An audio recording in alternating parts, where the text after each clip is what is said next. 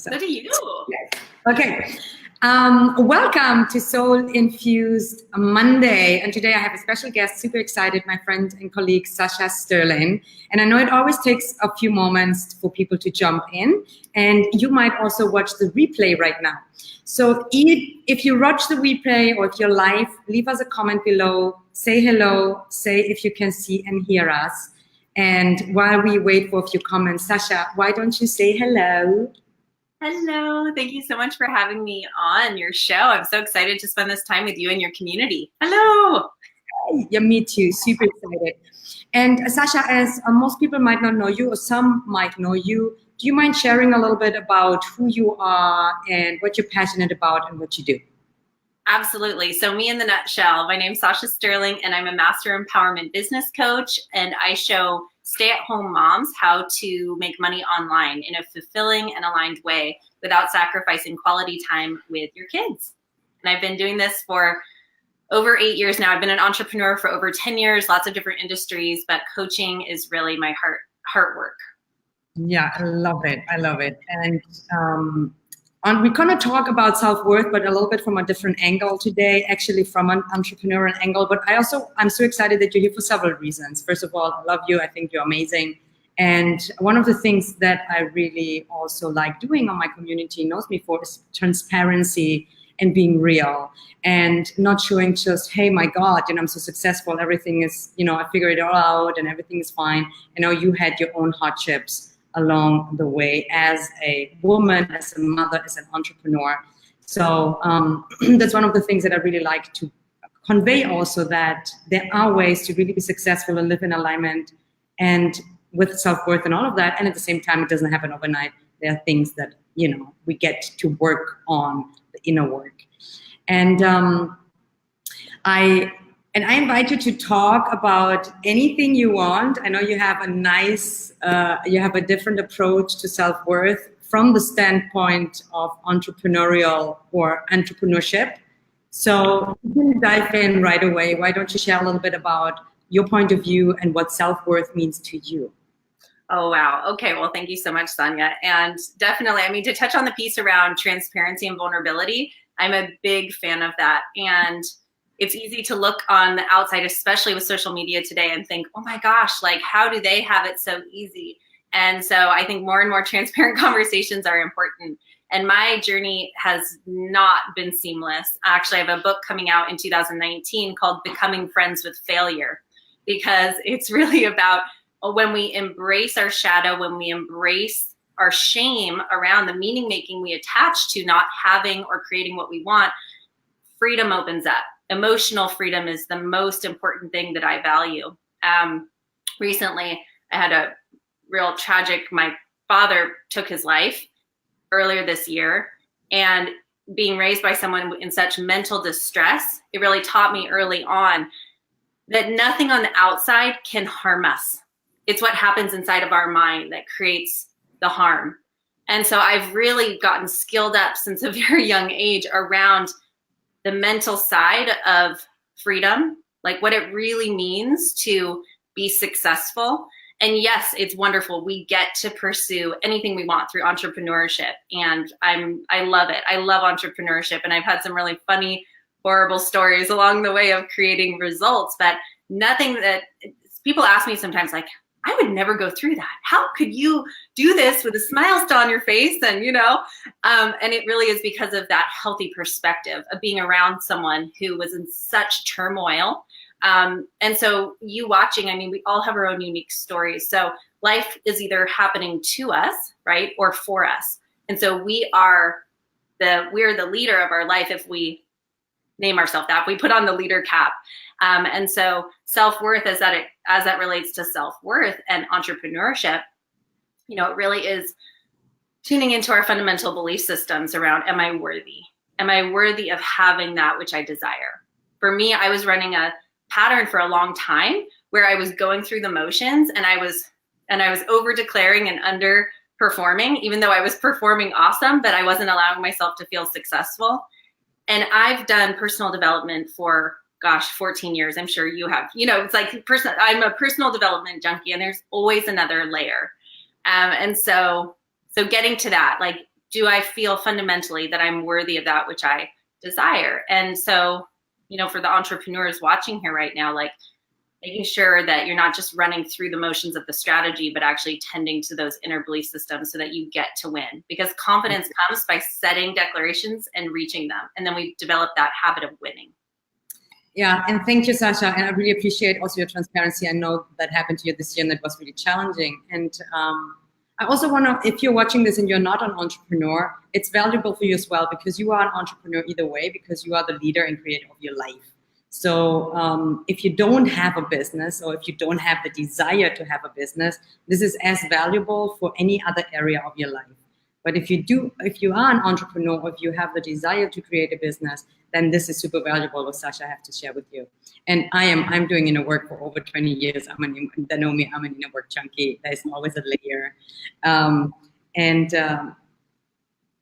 I might have, people hear from me a lot from a perspective, from an energetical perspective, from the inner work perspective, but you have a perspective also that you can actually grow your self-worth by building a business, correct? So why don't you talk a little bit about that? Okay, so self-worth, I feel, is inherently there. We just forget that it's there. We forget that we already have all that we need within us. And so remembering that, the process of remembering how worthy we truly are happens. I see it over and over again with my clients and my own journey that, business pursuits is really a personal development journey. We're hitting the turbo button on our personal development when we are in business, where we declare something that hasn't been created, and we're pulling from our own vision and our own gifts and our own talents. All the fears come up. I get messages every morning from clients saying, oh my gosh, this is bringing up fear. This is triggering me, because it's that next stretch, that next incarnation. And so when we really get how much we matter, meaningful work is a necessity, not a luxury. So anyone who's already on the path of entrepreneurship already knows that. You already feel entitled in a healthy way to create what you want. And not everyone's meant to be an entrepreneur. You can be in your purpose work and meaningful work as a stay-at-home mom, as an employee, as part of a team and nonprofit. So there's many different versions of that, and it's a personal barometer. I personally love the intersection, though, of women's advocacy, women's empowerment, where we are in history, and how it's all converging to the big conversation of women and money and women and leadership. And so it really is a very hot topic, specifically for female entrepreneurs right now. Yeah, that's so true. And I always like the word leadership, because again, it doesn't even matter in which area of your life. And I truly believe that we create our life. The outside is a reflection of the inside, and vice versa. And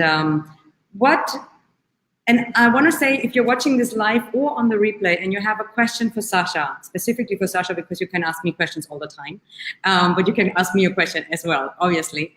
Leave a comment below, and if we have time in the end, and I'm sure, Sacha, you're happy to answer any questions that they might have. So I'm saying this now so that you can put it already in the comment section. When your clients hit that layer of, oh my God, I'm afraid, this is my next, it happens to me, it happens to you, it happens to everyone. Just wanted to say that again, happens to all of us. And they've hit that layer of, oh my God, I don't know I can do it. I don't know if I'm good enough. I don't know if I'm worth it. If they're in that conversation, how do you help them through? What do you say to them, and what to help them to keep going and take the next step? Definitely. And it doesn't just apply for my work. Fear is an interesting resonance, because Dr. David Hawkins, in the book Power versus Force, he did this incredible study of documenting all of the different resonances of human emotional states.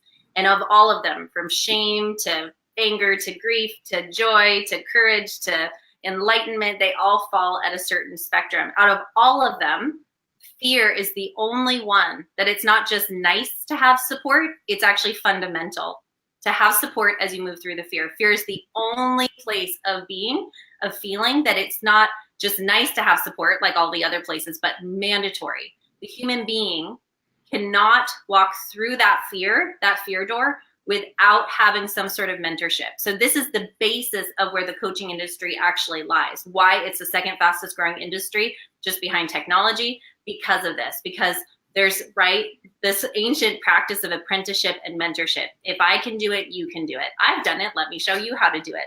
So number one is surround yourself, if you have any fear at all, with someone who's walked through that fear. whether it's private mentorship, therapist, coach, or I mean, we live in the day and age of so much access, like these shows, like podcasts, like audiobooks. So, but it's surrounding ourselves with that social proof. If they can do it, I can do it.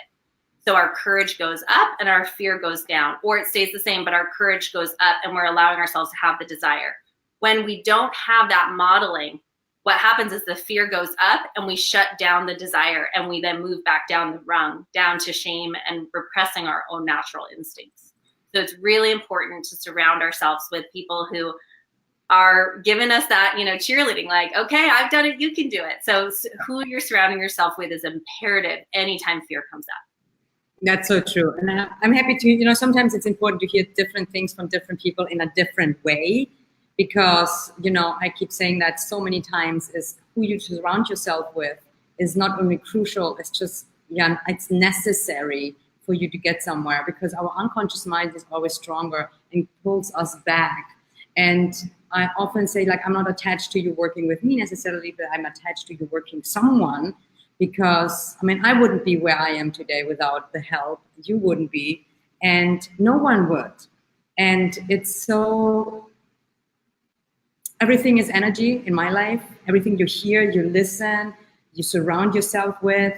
And if you don't want to have a personal mentor or coach, then listen to those people, listen to those who are where you want to be. And I like what you just said. I want to emphasize that, when fear takes over in such a way that it really cuts off from our deepest desire, longing, and vision, and we literally don't see that anymore. And sometimes we even have the feeling that it's not important because it takes over so much. I think that's really an important piece, and that still happens to me sometimes, that you get in something, and it's always when something bigger is coming.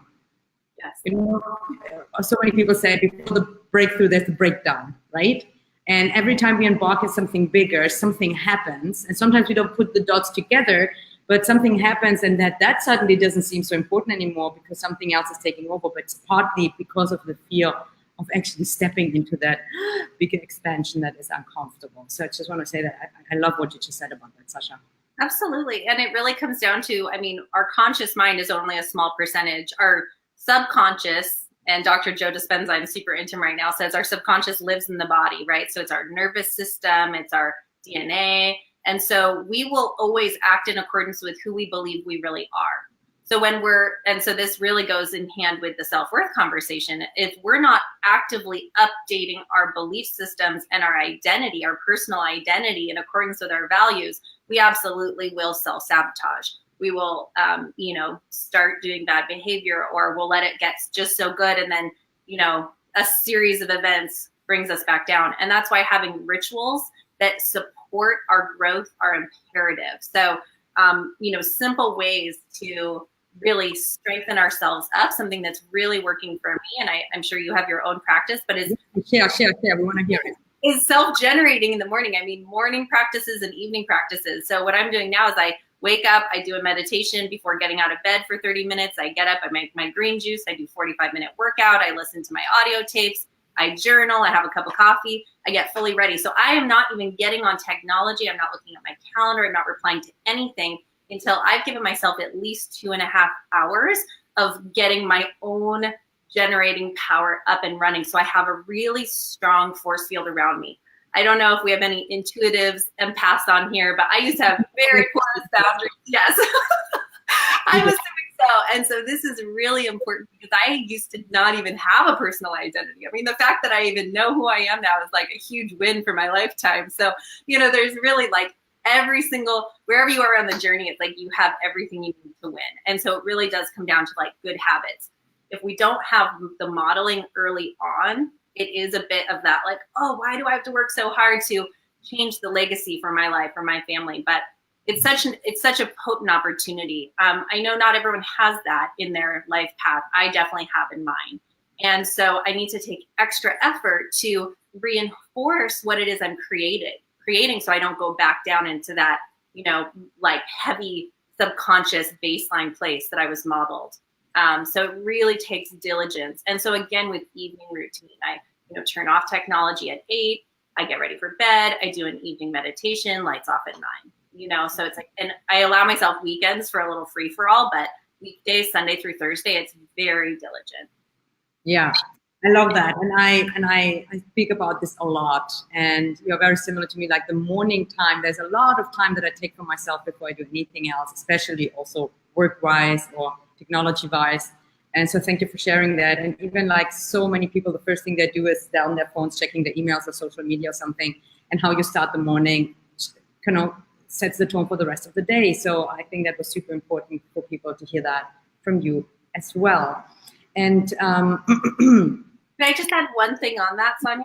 yes, go ahead. I think especially when we're talking about self-worth, whether entrepreneurs or not, sometimes we're filled with anxiety that's not our own.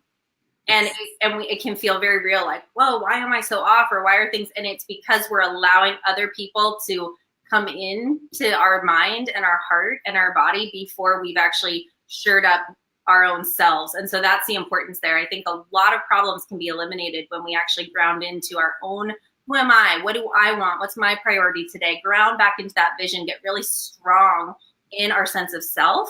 And our vision and our worthiness before allowing that input. So I know so many people right now struggle with anxiety, and often I don't even think it's our own. It's just that we're allowing too much in first thing in the day, like you mentioned. Yeah, I totally agree with you. And I always like to use the analogy, especially when it comes to meditation, about brushing your teeth. So what you just said, I want to that is to really get for people to get what you just said.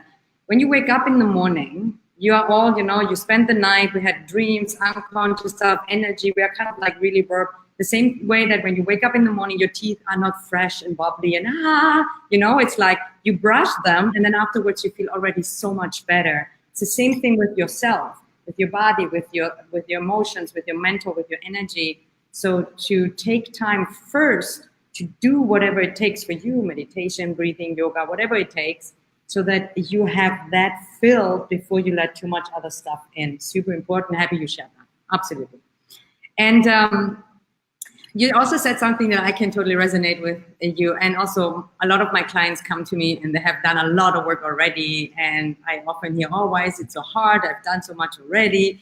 And why is this not, why is this still coming up? And, then it's like, hey, it's an ongoing journey. And those thoughts actually prevent you from digging deeper. So let them go.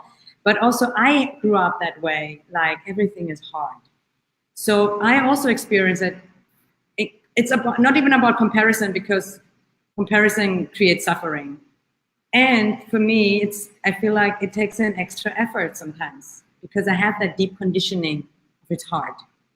And it's, so how you said that. So for those, and I know there's some here in my community, for those who have that pain or sadness or frustration, whatever you want to call it, that have been on the path and it still sometimes feels so hard, what can you tell them that they can hear from you that might help them on their journey? So I'm going to share something, and it really burst my bubble, but it really has changed my life, from a spiritual teacher who's just always been there when I really needed her. And she comes from a long line of medicine women from South America, just really on point. And after my father took his life, I was in a bit of a tailspin, and I took a lot of this year off, and I'm now back. But I talked to her about it, and she said, Sacha, some things really do scar us.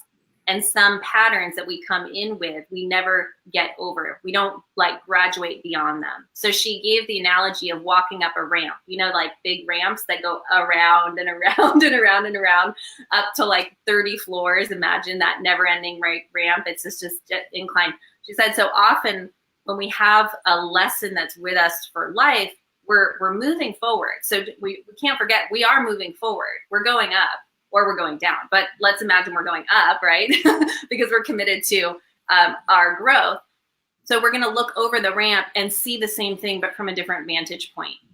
And so why I'm sharing this with you is because sometimes we're putting so much pressure on getting rid of something or cutting something out that we're not meant to get rid of or cut out. It's actually a deep ally and a gift when we allow that medicine in.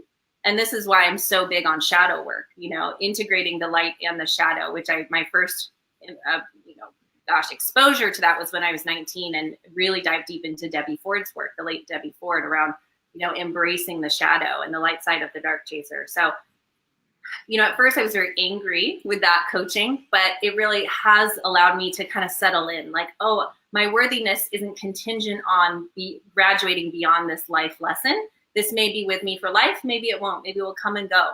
But I'm worthy and on purpose, and I get to see these themes. The main theme that she was talking about for me was that of self-doubt, really debilitating self-doubt, self-questioning, which is where I, have come from. And she said that that's a natural tendency for a porous brain, a child who's raised by someone who has, untreated mental illness and other addictions and other dynamics between parents and narcissism. And so she said, this isn't something that you're going to get over, most likely. She said, this is your brain wiring. And so she, gave this invitation to work with it, not fight against it, and to not make it mean something bad or scary when I'm in self-doubt as I'm going into the next stretch in my leadership and visibility and business. Awesome. Yeah. I'm so 100% with you. It's like, it's accepting what is, not fighting it, letting the pressure off, and really surrendering to the process. And it's not an easy thing to do. I get it. It's not an easy thing to do. And at the same time, it's so worthwhile. So let me see if anyone has a question before we wrap this up. Sacha, thank you. Yeah, just one last piece on that. I check the comments, you share whatever you want. Surrendering to it, but not being victim to it. So this is very tricky. So this is the very tricky dance of surrendering to maybe, a hand we were dealt, but not at all hiding behind it as an excuse not to live our most authentic, fully expressed version of ourselves. So it's a tension between both. And that's why having a coach, having a therapist, having a guide who can help give you feedback lovingly around the area, we don't see what we don't see. And so really important not to hide behind those things as a reason not to take action. Yes, I totally agree. Thank you, Sacha. And if you do have a question, let us know. I don't think there are any questions. Sometimes we don't see the comments. If there's a question and we missed it, don't worry. We'll come back to you and answer questions also later. And if you're watching the replay and you have a question, just tag me or Sacha, and we're happy to comment for you later. Okay. Let me see. I think there might be a question. First of all, thank you for your wisdom and input. You're welcome, Alisa. Question is, why is it always about it winning and losing? For me, I have a strong mind that will beat me up when I'm not disciplined enough and not at the point I need to be. Then I go into not good enough and self-doubt. I like your father, struggle with depression and mental illness, and focusing on winning and losing feels like a setup for me. Can you expand? Yeah, well, first off, feel free to private message me because I have lots of resources that, this is such an important conversation that I don't want to, be flippant about at all. So please, whoever that was, private message me. And, really, again, sometimes when we're in the pursuit of achievement, we're trying to prove ourselves. And so asking like, what is it that I'm after? What am I trying to prove by pursuing this goal? And that can reveal a lot. And then getting connected with, is this even my desire? Is this my desire? Is this my vision? Or am I trying to gain the love and approval of someone else? That can really provide a lot of insight. Also getting back connected with our values, the values that are important to us now, not the values that were maybe important to us when we set that initial goal, because we grow and expand and change. Also, I'm a huge fan of good, deep therapy. If someone watching here, and I'm not presuming you who asked this question, but if anyone watching still has very acute mother-father issues, some good therapy goes a long way to get freed up from our past and to be able to powerfully move forward into the future. But again, please message me if, I can support you more privately, anyone watching or watching the replay. Also, values work. It's one of the simplest things to do, but the most empowering is to go Google a value sheet, value words, and print it out. And it's a life coaching tool, values words, and pull it out. And if you're maybe disconnected in any way with your vision or there seems to be discrepancies, go through and circle all the value words that light you up. And try not to think about anyone else in this. If you're a mom or if you have people you're responsible for, don't worry about that. Circle all the words that light your soul up. And even that invitation of starting to allow yourself to feel good is going to move you forward in a more grounded way. Yeah, thank you, Sacha. And of course, feel free if you want to connect with Sacha closer or more in addition, just check send her a message, connect with her on Facebook. And I just want to add something about the winning and losing, especially also I know Alyssa. It's when you think in terms of winning and losing, it's still the mind or the ego word. It's not really about winning or losing. It's about expansion and being connected and in the flow with who you are. So when you have the conversation about winning and losing, you know actually that you are not connected with that, and you're rather in a critic mindset or a pressure mindset. So when you catch yourself in the winning losing conversation, simply take a breath and disconnect first and unplug and look at it later from a different perspective. Just want to give that little hint to her as well. I know you want to wrap up. Can I say one more thing about the winning? Yeah, go ahead. So Sonia and I did a leadership training earlier this year. And in that, I discovered that I had an operating belief system that there are winners and losers in life, and I'm a loser. And I need to make the best of a losing hand. And it was amazing. Once I saw it, I was like, oh my God, it's everywhere. Like, I can't believe this has been my belief system. And so I updated that belief system, because once we can see it, we can change it. And my new belief system is that I'm a winner. You know, I'm always a winner. And so in all of my declarations, I have wall size Post-its all around me. I'm setting declarations that are really fun and really stretchy. And I have these little sayings underneath, like, regardless of outcome, I'm a winner. Right. And it's reinforcing that my meaning, my worth doesn't come from the achievement of it. It's that I get to pursue it because it's important to me, but it doesn't hold my value or worth. And that's same for you watching. Yeah, thank you, Sacha. Absolutely, yes. Is there anything else that you would love to share before we bring this to a close? Just that I love and adore you. Thank you for being the bright light that you are and including me on your show. Oh, you're so welcome. It was an honor having your pleasure. And you guys come back next Monday again for a new episode of Soul Infused Monday. And if you want to connect with Sacha on a deeper level, just send her a message, connect with her on Facebook, and ask her any questions. Okay, my dear. Thank you, Sacha. Thank you, everyone. Have a fantastic rest of your day. Much love.